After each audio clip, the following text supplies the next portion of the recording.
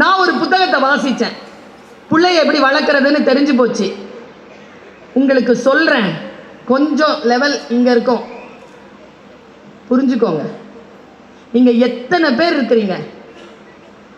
நான் பட்ட கஷ்டத்தை என் புள்ள பட விட மாட்டேன். இருக்கீங்களா? அவர் மொபைல் பார்த்துக்கிட்டே கையை தூக்குறாரு. நானும் இருக்கிறேன். நான் பட்ட கஷ்டத்தை எங்கள் அம்மாட்ட ஒரே கேள்வி கேட்டேன். அம்மா, 25 வயசுலலாம் நான் என்ன ஆகணும்னு நான் முடிவு பண்ணிட்டேம்மா, என் பையன் இன்னும் முடிவு பண்ணாமல் இருக்கிறாம்மா, ஏம்மான்னு கேட்டேன். எங்கள் அம்மா 82 வயசு, போன வாரம் தந்த பதில், உன்னை நான் கஷ்டப்பட்டு வளர்த்த மாதிரி நீ உன் பிள்ளைய கஷ்டப்பட்டு வளர்க்கலை. அது முத்தையும் வைரத்தையும் சாப்பிட்டு வளருது. நீ கஞ்சிக்கு வழி இல்லாமல் வளர்ந்த, அதனால தான் நீ வேகமாக வளர்ந்த, அவன் ஸ்லோவாக வளர்றான்னு சொன்ன. புரிஞ்சுதா? நம்ம பிள்ளை ஏன் நம்மள மாதிரி இல்லை? நான் ஒன்று சொல்கிறேன், இன்னைக்கு சொல்கிறேன், எழுதி வச்சுக்கோங்க. நீங்கள் எல்லாம் பிள்ளைய வளர்க்குறத நிறுத்துங்க முதல்ல. அதுங்க வளர்ந்துடும். நாமளே வளர்ந்துட்டோம், அதுங்க வளராதா? வளர்க்குறோங்கிற பேரில் நாம் செய்கிற அநியாயத்தை ஒரு ஆப்பிரிக்க எழுத்தாளன் தன் புத்தகத்தின் முன்னுரையில் எழுதினான். நான் படித்து விதிர்த்து போனேன். இதே விருதுநகரில் சொல்லி இருக்கிறேன் 1.5 வருஷத்துக்கு முன்னால. நமக்கு தான் சொல்றதெல்லாம் மறந்து போயிருமே, அதனால தானே ரெக்கார்ட் பண்ணி வச்சுக்கிறது. என்ன பாருங்க, உன் பேரனின் மகன், ஞாபகம் இருக்கா நான் சொன்னது? உன் பேரனின் மகன் வாகனங்கள் இன்றி வறுமையில் தெருவில் நடப்பான். பெரிய சாபம் தானே. எங்க அப்பா சைக்கிள் வச்சிருந்தாருங்க, நான் ஸ்கார்பியோ வச்சிருக்கேன். என் பையனை லாயரா வளர்க்குறேன். அவன் BMW வாங்குவானா இல்லையா? அவன் BMW வாங்குறான்னா அவன் பேரன், அவன் மகன், என் பேரன் லெம்போகினி வாங்குவானா இல்லையா? அப்படிதானங்க வளர்ச்சி போகணும்.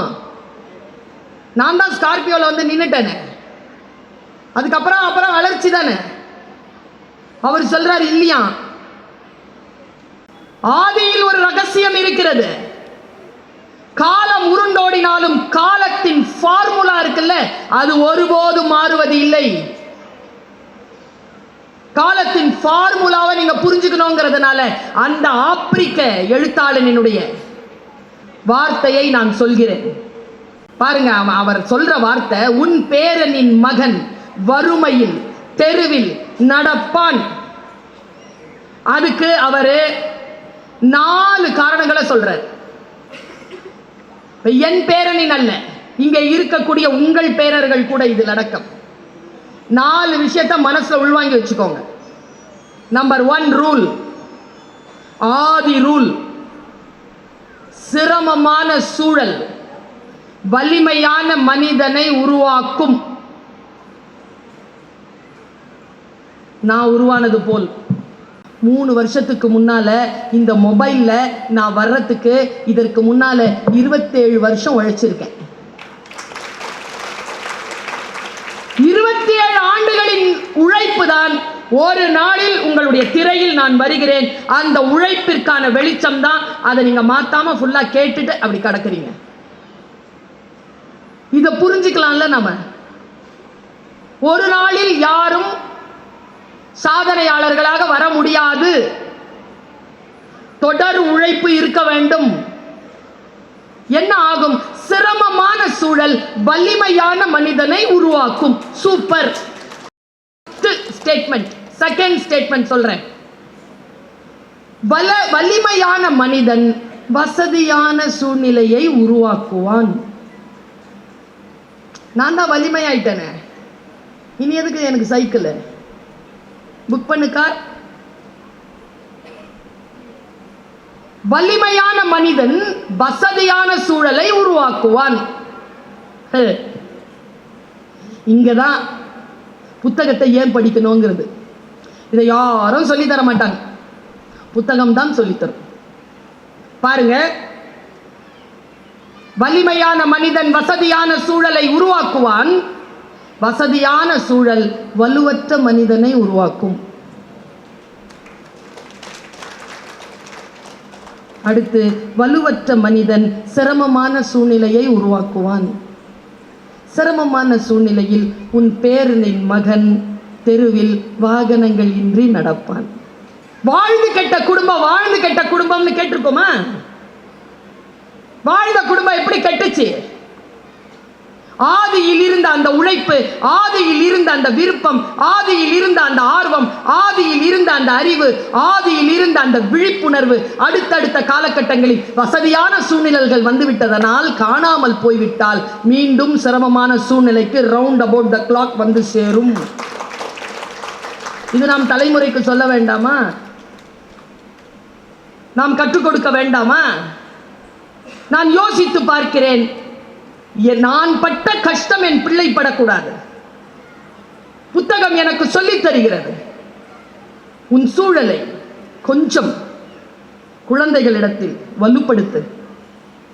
ரொம்ப இலகுவாலாம் அவங்கள வச்சிருக்காத. ஒரு 1/2 கிலோ வெயிட்டை தூக்கிட்டு ஒரு 2 மாடி ஏற சொல்லுங்களேன் உங்க பிள்ளைய. ஏறிடுச்சுன்னு வச்சுக்கோங்க, நீங்கள் பாக்கியசாலிகள். ஏனென்றால் நீங்கள் முதிர முதிர உங்களை அந்த குழந்தை பார்த்து கொள்ளும். அது வெயிட்டை தூக்கிடக்கூடாது, நீங்க தூக்கிட்டு ஏறினீங்கன்னா நீங்கள் முதிர முதிர அந்த குழந்தையை நீங்கள் தான் பார்த்துக் கொள்ள வேண்டும். மிக மிக வலிமையான மனிதர்களை உருவாக்குவதற்கு சில சிரமமான சூழ்நிலைகளை கொடுத்து பழக வேண்டும் என்று சொல்கிறான் அந்த ஆப்பிரிக்க அறிஞன். புத்தகம் என்னை ஆதியினுடைய ரகசியத்திற்கு கொண்டு போய் நிறுத்துகிறது. முதல்ல ஏதான ஒரு சிக்கல் வந்துச்சுன்னா உங்க லைஃப்ல, இதை ரொம்ப பார்க்காதீங்க. என்ன ஆகுது தெரியுமா? நான் இதுக்கு அகேன்ஸ்ட் கிடையாது. ஆனா ஒரே ஒரு ரகசியம் தான், இதை நான் பயன்படுத்துகிறேனே தவிர இது என்னை பயன்படுத்த நான் அனுமதிப்பதில்லை. Very small difference. காலையில் எழுந்திருக்கிறீங்கல்ல, உயிரோட இருக்கிறீங்களா இல்லையான்னு கூட பார்த்துக்கிறதுக்கு முன்னால இதை தேடுறீங்க. முதல்ல உயிரோட இருக்கிறோம், ஒரு மூச்சு வாங்குவோம், ஒரு டம்ளர் தண்ணி குடிப்போம், நிதானமா என்ன இருக்குன்னு பார்ப்போம், அப்புறமா பார்ப்போமே. தூங்கும் போது 1 மணி 2 மணி, ஒரு பையன் என்கிட்ட கேட்கிறான், 1 ஹவர் கிளாஸ்ன்னு சொல்லி உட்கார்ற, ஒரு நாள் போற மாதிரி இருக்குது, 20 நிமிஷம் ரீல்ஸ் பார்க்கலாம்னு நினைக்கிறேன், ஒரு நாள் போயிருது மேடம். இந்த பையனுக்கு என்ன பதில் சொல்றது? நான் உங்க இன்ட்ரெஸ்ட், நீங்கள் எதில் மிக மிக ஆர்வமாக இருக்கிறீர்களோ அது உங்களை வழிபடுத்தும். இதை அவ்வளவு சீக்கிரமா நம்பிராதீங்க. உதாரணத்துக்கு சொல்லவா, நீங்க இதை வச்சுக்கிட்டு ஏதாவது பேசுங்களேன், ரியல் எஸ்டேட் பத்தி பேசுங்களேன். உங்க இன்ஸ்டாகிராம்ல, உங்க இமெயில, உங்க ஃபேஸ்புக்ல எல்லாம் ரியல் எஸ்டேட்கான விஷயமா வரும். இல்லைன்னா ஃபோன் வந்துகிட்டே இருக்கும், ரியல் எஸ்டேட் ஃபோன் வந்துகிட்டே இருக்கும். அப்ப இது உங்களை கவனிக்கிறதா? ஆண்கள் கிட்ட நான் நிறைய 4 வருஷமா போராடிட்டேங்க மேடையில பேசி பேசி. இதை எதுக்கு பாத்ரூம் கொண்டு போறீங்க வீட்டில்? நான் கேட்டேன், ஒரு சைக்காட்ரிஸ்ட் சொன்னாரு, தனியா போக இப்பெல்லாம் ஆம்பளைங்க பயப்படுறீங்களா? நான் சொல்லவா, அது இல்லை உண்மை. இதை தனியா விட்டுட்டு போக பயம். இந்த கை தட்டுறதெல்லாம் பாதிக்கப்பட்டது, இல்லைன்னா பயப்படுறது. இன்னிலிருந்து இந்த புத்தக கண்காட்சியில் இன்னிலிருந்து ஒரு சின்ன சங்கல்பம் எடுத்துக்கலாமா? ஒரு சின்ன உறுதிப்பாடு, ஒரு சின்ன வாக்குறுதி. காலையில் எழுந்திரிச்ச உடனே குளிக்கிறோம்ல, குளிக்கிறோமா? ஏன் குளிக்கிறோம்? உடம்பு தூய்மையா இருக்கணும். வள்ளுவர் சொல்றார், புற தூய்மை நீரினால் வரும், அகத்தூய்மை வாய்மையினால் காணப்படும். உடம்பை எவ்வளவு சுத்தமா வச்சுக்கிறீங்களோ இதையும் சுத்தமா வச்சுக்கோங்க. இப்ப இப்போ நீ படிக்கும் புத்தகத்தை பற்றி சொல், நான் உன்னை பற்றி சொல்கிறேன். நீ பார்க்கும் படத்தை பற்றி சொல், நான் உன் கூகுள் ஹிஸ்டரியை சொல், நான் உன்னை பற்றி சொல்கிறேன். நீ என்ன கூகுள் ஹிஸ்டரி வச்சிரு. இன்னொரு விஷயம் சொல்லவா? சொல்லக்கூடாது, நல்ல மங்களகரமான விஷயம். செத்துட்டோன்னு வச்சுக்கோங்களேன், ஃபர்ஸ்ட் இதை தான் தேடுவானுங்க. இதை கொஞ்சம் சுத்தமாக வச்சுக்கலாமா? இன்னிலேருந்து க்ளீன் பண்ணுங்க. பாஸ்வேர்டு இருக்குல்ல, அது மனைவிக்கு தெரிகிற மாதிரி வைங்க. மனைவிமார்கள் கணவனுக்கு தெரிகிற மாதிரி வைங்க. குழந்தைகள் ஃபோனை ஓப்பனாக வைக்கிற அளவுக்கு மன சுத்தமாகவும். இதில் வாழ்க்கையில் 2 விஷயந்தாங்க முக்கியம். அந்த தாய் மாதிரிங்க நான் சொல்லிட்டு போகிறேங்க. 2 விஷயத்தில் சூப்பராக இருங்க. 1 மெடிக்கலுங்க, மெடிக்கலாக ஃபிட்டாக இருக்கணுங்க. 2 சட்டத்தில் ரீதியில் ஃபிட்டாக இருக்கணுங்க. லீகலாக ஃபிட்டாக இருக்கணும். லீகலாக எங்கேயும் போய் சிக்கிக்க கூடாது. தாய் தகப்பன்மார்கள் இருக்கிறீங்கல்ல, நம்ம குழந்தைகளுக்கு நாம கொடுக்கிற அற்புதமான கிஃப்ட் என்ன தெரியுமா? தாயும் தகப்பனும் சேர்ந்து இருப்பதுதான். அதை விட பெரிய கிஃப்ட் குழந்தைகளுக்கு கொடுக்கவே முடியாது. அதை விட பெரிய கிஃப்ட் என்ன தெரியுமா? 2 உயிரோடு இருக்கிறது. அதை விட பெரிய கிஃப்ட் என்ன தெரியுமா? கடன் வாங்காம இருக்கிறது. அம்மா அப்பா கடன் வாங்காம இருக்கு. இந்த கிஃப்டை நாம அவங்களுக்கு கொடுக்கணும். இது நமக்கு புரியணுமே. வாழ்க்கை எப்படி சுத்தமாக வைத்திருப்பது? நான் இப்படி சொல்கிறேன். பிரச்சனை என்னன்னு பாருங்க. முதல்ல பிரச்சனைகளுக்கான காரணம் என்னன்னு பாருங்க. 2 அந்த பிரச்சனைகளை தீர்ப்பதற்கான சாத்தியமான கூறுகள் என்னன்னு பாருங்க. பாசிபிலிட்டிஸ் என்னன்னு பாருங்க.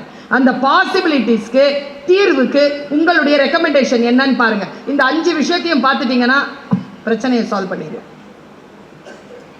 எதன் அடிப்படையில் அந்த பிரச்சனைன்னு நீங்க முடிவு பண்றீங்கிறத கொஞ்சம் யோசிங்க. ஏனென்றால் பல நேரங்களில் அந்த கெப்பாசிட்டி இல்லாமலேயே பிரச்சனை இல்லாததெல்லாம் பிரச்சனை பண்ணிடுறோம். என் குடும்பத்தில் எனக்கு 2 சித்தப்பா, ஒரு பெரியப்பா, ஒரு அத்தை, இன்னொரு சித்தப்பா, 1 விட்டு சித்தப்பா. வீட்டுக்கு வந்த உடனே எல்லாரையும் நிற்க வச்சு எங்கள் அம்மா அறிவுரை சொல்லுவாங்க. உங்களுக்கு அந்த விபத்தெல்லாம் நடந்திருக்கா உங்கள் குடும்பத்தில்? வெளியிலேருந்து யாராவது வந்தாங்கன்னா நிறுத்தி வச்சுட்டு, சொன்னால் கேட்க மாட்டேங்குது, கொஞ்சம் புத்திமதி சொல்லிட்டு போங்க. இதில் என்னென்னா மாதம் வந்துடுவாங்க எங்கள் வீட்டுக்கு இவங்க 5 பேரும். டிஃபன் காஃபிலாம் சாப்பிட்டுட்டு அப்படின்ட்டு அறிவுரை சொல்லுவாங்க. 45 மினிட்ஸ். எனக்கு ஒரு அண்ணன், ஒரு அக்கா, ஒரு தம்பி, ஒரு தங்கச்சி. நாங்கள் 5 பேரும் நிற்போம். எங்கள் அம்மா என்னை காட்டி தான் சொல்லும். இதுக்கு சொல்லுங்கள், அடங்க மாட்டேங்க, இதுக்கு சொல்லுங்கள், இதுக்கு அறிவுரை சொல்லுங்கள். அதில் அத்தனை பேரும் அறிவுரை சொல்லுவாங்க. நான் கேட்டுக்குவேன். என்ன கொடுமைன்னா, அதில் ஒரு சித்தப்பாக்கு அறிவுரை சொல்லவே தெரியாது. அது கூட வழி இல்லை. அவருக்கு அறிவுரை சொல்ல தெரியாதுன்னு அவருக்கு தெரியாது. இந்த பிரச்சனைக்கு இதுதான் தீர்வுன்னு நாம முடிவெடுப்போம். ஆனால் அதுதான் தீர்வுன்னு நமக்கு புத்தி இருக்காது. அதை எடுத்துருவோம்.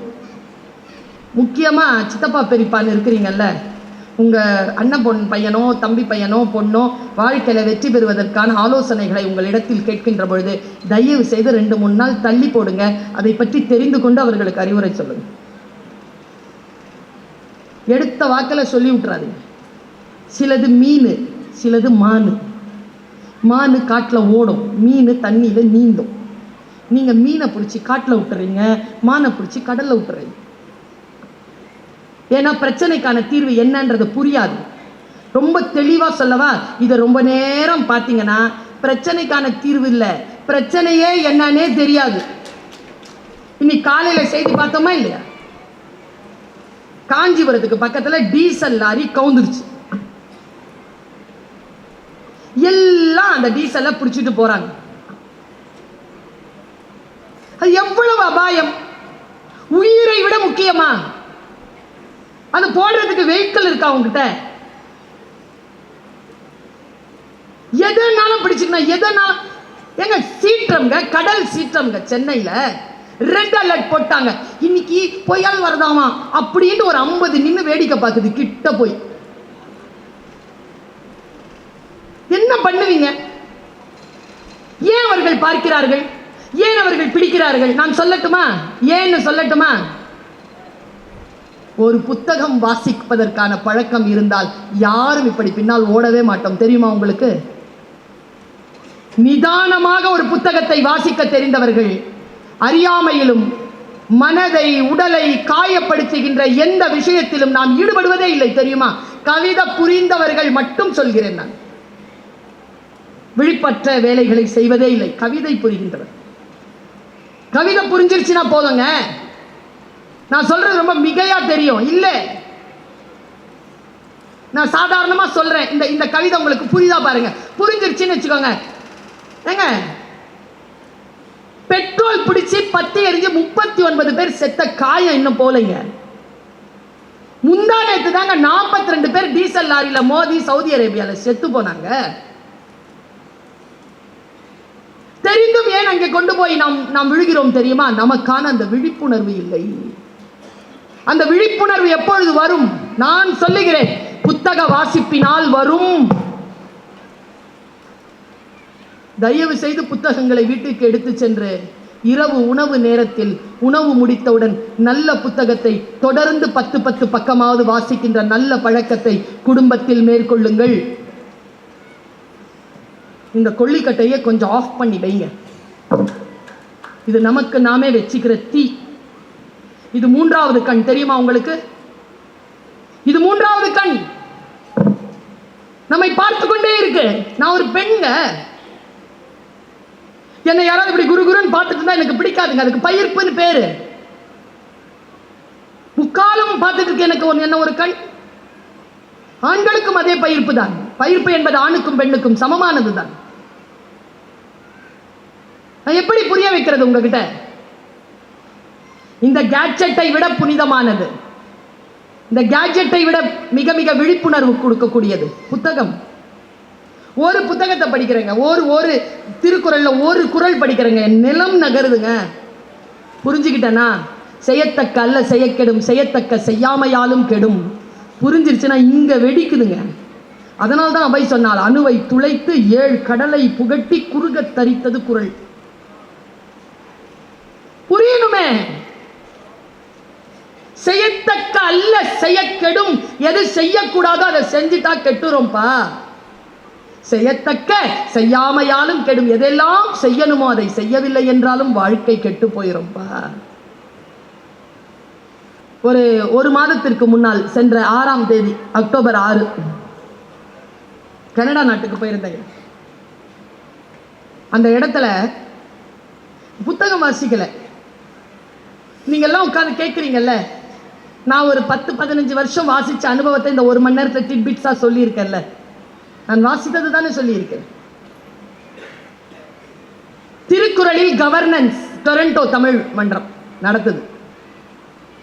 உலகத்துல இருந்து எல்லா பகுதிகளில் வந்தாங்க. இந்தியாவில இருந்து நான் போறேன். ப்ரோக்ராம் முடிஞ்சது. சாப்பாடு டேபிள்ல உட்கார்ந்துருக்கோம். இதே அனுபவம் சாப்பாடு டேபிள்ல எனக்கு 2-3 தடவை நடந்திருக்கு. முன்னால உட்காந்து சாப்பிட்றவங்க இருக்காங்கல்ல, அவங்க போற போக்கில் ஏதோ ஒரு சொல்லுவாங்க.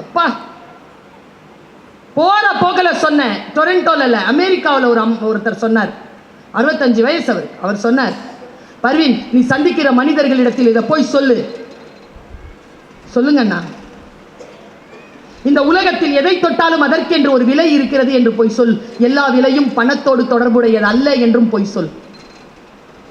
குழந்தை பெற்றுக்கொள்ள வேண்டுமா? அதற்கு ஒரு விலை. திருமணம் செய்து கொள்ள வேண்டுமா? அதற்கு ஒரு விலை. படிக்க வேண்டுமா? அதற்கு விலை. அதிகாரிகளாக வந்து உட்கார வேண்டுமா? அதற்கு ஒரு விலை. பேச்சாளராக வர வேண்டுமா? அதற்கு ஒரு விலை. உட்கார்ந்து கேட்க வேண்டுமா? அதற்கு ஒரு விலை. விலை கொடுக்காமல் இந்த உலகத்தில் எதுவும் கிடையாது, எதுவும் கிடையாது. வாடகை வீடா? விலை. சொந்த வீடா? விலை.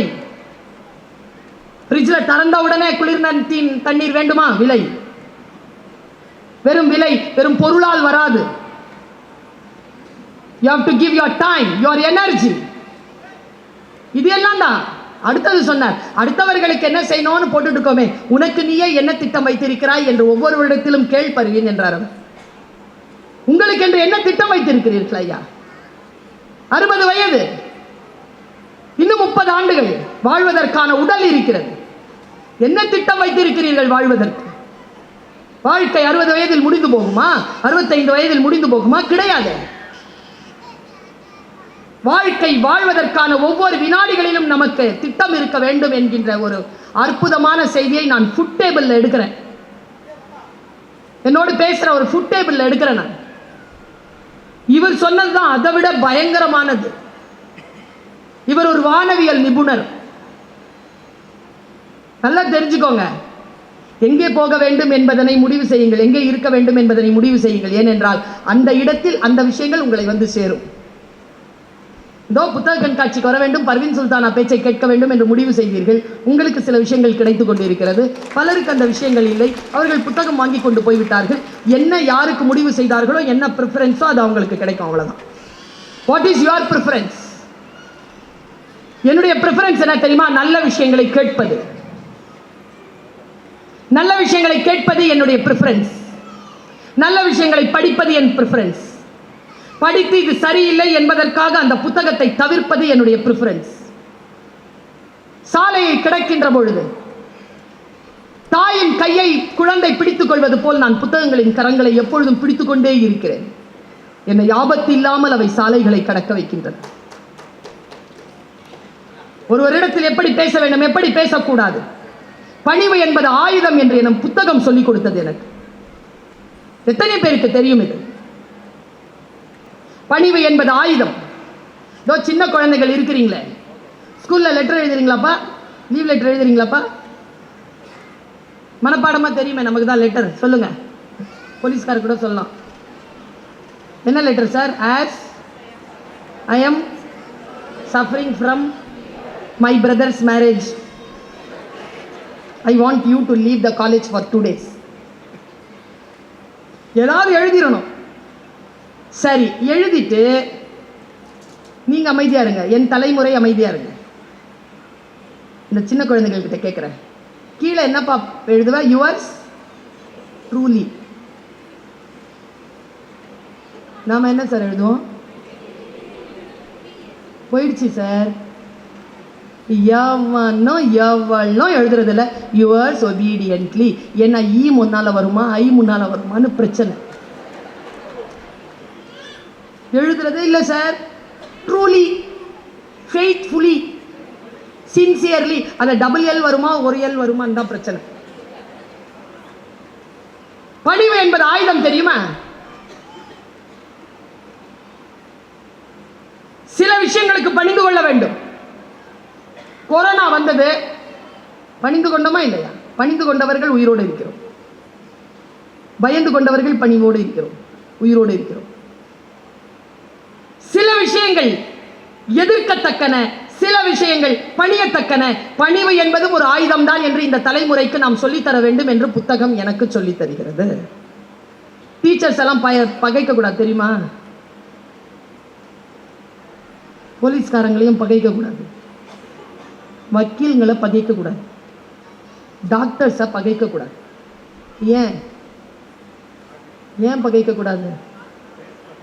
பிளக்க பிடுங்கி விட்டுருவாங்க. பயந்து இருக்கணும்.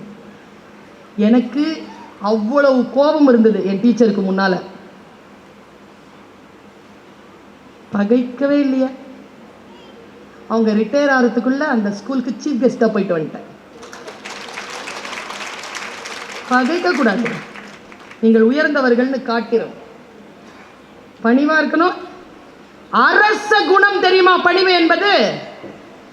இந்த குழந்தைகளுக்கு நாம் சொல்லித்தரவே இல்லை. வானவியல் நிபுணர் ஒருவர் உட்கார்ந்துட்டு எனக்கு சொல்லித் தருகிறார். மா, வானத்துல பிரபஞ்சம் பெருசுமா, வானம் ரொம்ப பெருசு, உலகம் ரொம்ப சின்னதுமா. அவர் இப்படிதான் காட்டினார் உலகத்தை.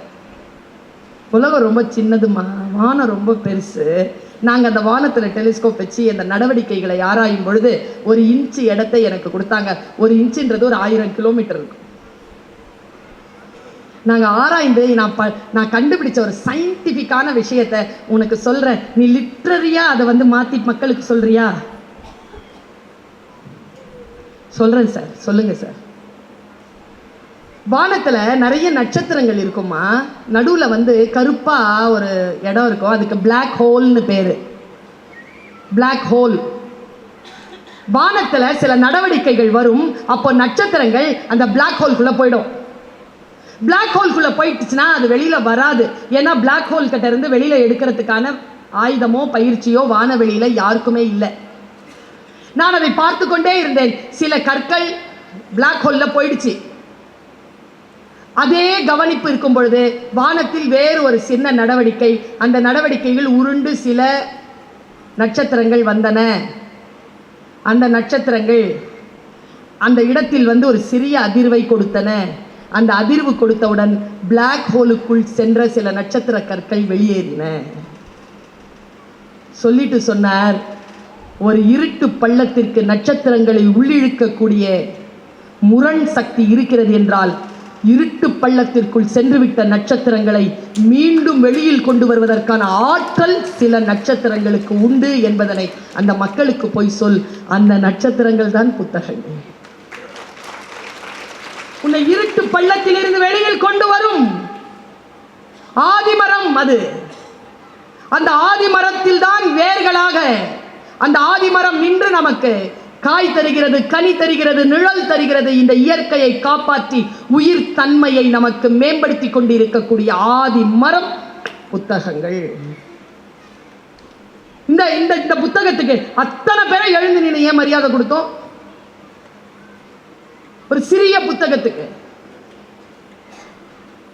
ஏனென்றால் ஏதோ அதை வாசிக்கின்றவர்கள் இருட்டு பள்ளத்திற்குள் போன நட்சத்திரங்களாக இருந்து அவர்கள் வெளியேற்றிவிட்டார். ஆகாய வாசம் என்று வேறு பெயர் வைத்திருக்கிறார். வாசித்துதான் பார்ப்போமே. நான் ஒரு விஷயத்தை சொல்லவா? நாம் எல்லோரும் வேட்டைக்காரர்கள் தான். நாம் எல்லோரும் வேட்டைக்காரர்கள் தான். யாரும் இந்த உலகத்தை மேம்படுத்த வேண்டும் என்பதற்காக எல்லாவற்றையும் துறந்தவர்கள் இங்க யாரும் கிடையாது. எவ்வளவு முடிகிறதோ அந்த அளவிற்கு வேட்டையாடி செல்கிறோம். நம் வாழ்க்கையை வளப்படுத்திக் கொள்கிறோம், நம் வீட்டை வளப்படுத்திக் கொள்கிறோம், நம் உறவுகளை வளப்படுத்துகிறோம், நம் நாட்டை வளப்படுத்துகிறோம். பாருங்க, ஒரு காட்சியை மட்டும் சொல்லி நான் நிறைவு செய்கிறேன். ஒரு காட்சி என் வாழ்க்கையை அதிர வைத்த காட்சி. இந்த புத்தகங்களை காப்பாற்றிக் கொள்ளுங்கள் பெருமக்களே. விருதுநகரில் வந்து போட்டிருக்காங்கல்ல இந்த புக்ஸு, ஒவ்வொரு புக்கும் ஒரு வாழ்க்கையை காவு கேட்குதுன்னு சொன்னாங்க யாரோ. நான் பத்தியவள், எனக்கு தெரியும். ஒவ்வொரு பதிப்பாளருக்குமான வேதனை அது எழுத்தாளருக்கான வேதனை அல்ல. ஒவ்வொரு பதிப்பாளருக்கும் ஒரு வாழ்க்கை மிகப்பெரிய காவு கொடுத்தால் ஒழிய அவர்கள் ஒரு புத்தகத்தை பதிப்பகத்திலிருந்து வெளியில் கொண்டு வர முடியாது. இன்றிலிருந்து ஒன்றை மட்டும் நாடியில் பிடித்து செல்லுங்கள். இலவசமாக இந்த புத்தகத்தையும் வாங்காதீர்கள், காசு கொடுத்து வாங்குங்க. சரஸ்வதி இல்லை, கொஞ்சம் லட்சுமியை செலவு பண்ணுங்க. செலவு பண்ணி அந்த சரஸ்வதியை வீட்டுக்கு கூட்டுருவாங்க. நான் பார்க்கிறேன் ஒரு ஒரு ஆளினுடைய ஒரு சிறிய இதில் தான் பார்த்தேன். என் பையன் தான் சொல்லுவான், அம்மா உனக்கு மட்டும் நல்ல நல்ல மெசேஜாக வருதேம்மா. ஏமா நான் நல்ல மெசேஜை பார்த்தா நல்ல மெசேஜே வரும், பாடாவதியான மெசேஜ் பார்த்தா பாடாவதியான மெசேஜே வரும். அதான் ரகசியமே. எதை பார்க்குறியோ தொடர்ந்து அது வரும். 10 செகண்ட் தொடர்ந்து எதை பார்க்குறியோ அதுவே வரும். அது முடிவு செய்ய நீ எதை பார்க்கணுன்ட்டு. நான் பார்க்க சொல்லுவேன், இது காட்டு என்று நான் சொல்லுவேன். அப்படி நான் பார்த்த ஒரு காட்சி. ஒருத்தர் அப்படி நடந்து போகிறான், ஒரு பாறை, அந்த பாறையில் உட்காந்து இந்த மாதிரி இந்த குழந்தை வந்ததில் ஒன்று மரத்தை போத்திக்கிட்டு வந்தது. அந்த மாதிரி மரத்தை போத்திக்கிட்டு அவன் உட்காந்துட்டான். ஒரு கேமரா ஆன் பண்ணிட்டான். அங்கே ஒரு கேமரா, இங்கே ஒரு கேமரா. அது ஒரு மரத்தை காட்டுது. அந்த மரத்தில் பெரிய பெரிய பறவைகள் வந்து உட்காருது. அப்படியே வந்து உட்காந்த ஒரு பறவை மறுபடியும் எழுந்து போய் ஆற்றுலேருந்து ஒரு மீனை எடுத்துகிட்டு வந்துடுச்சு. எடுத்துகிட்டு வந்து இப்படி உட்காருது. அதுக்கு என்ன ஆச்சுன்னு தெரில. வாய் வந்து காலுக்கு கொடுத்துருச்சு. அதுக்கு என்னமோ தோணிருச்சுங்க. இப்படி பார்க்குது இந்த மீனை. மறுபடியும் காலையே எடுத்துகிட்டு போய் நடு ஆற்றுல போட்டு வந்துருச்சு. இந்த ஆள் இல்லை, இந்த கேமரா வச்சுருந்தவன், அவன் டக்குன்னு அதை தண்ணிக்குள்ளே போட்டான் அந்த கேமராவை. அந்த மீன் என்ன ஆச்சுன்னு நான் பார்த்தேங்க. நீங்களும் போட்டிங்கன்னா வரும்னு நினைக்கிறேன். உள்ளே போன அந்த மீன் அப்படி மேலே இப்படி உள்ளே போயிடுச்சு. சிறல்லுன்னு உள்ளே போகுது. என்னன்னு தெரியல, ஒரு சிலிர்ப்பு சிலித்துக்குது. இப்படியே மேலே இப்படி பறந்து வருது. இப்படி பறந்தது இப்படி நிற்குது. நடுவில் மேலே வரல, உள்ளதான் காட்டுறான் அந்த கேமரா. நதியில் அப்படி ஒரு சிலிர்ப்பு சிலுத்துச்சிங்க. அதனுடைய வயிற்றின் பின்பகுதிகளிலிருந்து முட்டைகளாக வருது. இப்படி ஒரு காட்சிங்க. அந்த பறவை நமக்கு என்ன சொல்லுச்சு தெரியுமா? நான் மீன் சாப்பிடுவேன், ஆனால் தலைமுறையை சாப்பிட மாட்டேன். நாம் எவ்வளோதான் வேட்டை அடிக்கலாங்க. இந்த சமூகத்துக்கு ஏதாவது விட்டுட்டு போனோம்ல. மரம் சா மருந்து கொளோம். ஆணி வேரை எடுத்து அதை அரைத்து எனக்கு மருந்தாக கொடுத்தால் நான் வாழ்கிறேன் என்றால் நான் வாழ வேண்டும் என்பதற்காக ஒரு மரத்தை சாக விடமாட்டேன் என்று சொன்ன பரம்பரை நம் தமிழ் பரம்பரை. அந்த ஆதிமரமான புத்தகங்களை காப்பாற்றிக் கொள்வோம். தமிழனுக்கு புத்தகங்கள் தான் அடையாளம், தமிழ் மொழிதான் செம்மொழி, தமிழ்தான் தமிழர்களுடைய வரலாறு. குறளை தூக்கி பிடிப்போம். சங்க இலக்கிய, காப்பிய, சிற்றிலக்கிய, நவீன இலக்கியங்களை வாசிப்போம். அடுத்த தலைமுறைக்கும் அதை கடத்துவோம். சிறகை விரித்து வானத்தில் பறப்போம். நிச்சயமாக சொல்கிறேன், இந்த மரம் நம் ஆதி மரம். வள்ளுவம் என்கின்ற ஆதிமரம், சங்க இலக்கியங்கள் என்கின்ற ஆதிமரம். இந்த ஆதிமரம் நம் பரம்பரையின் அடையாளம். நன்றி, வணக்கம்.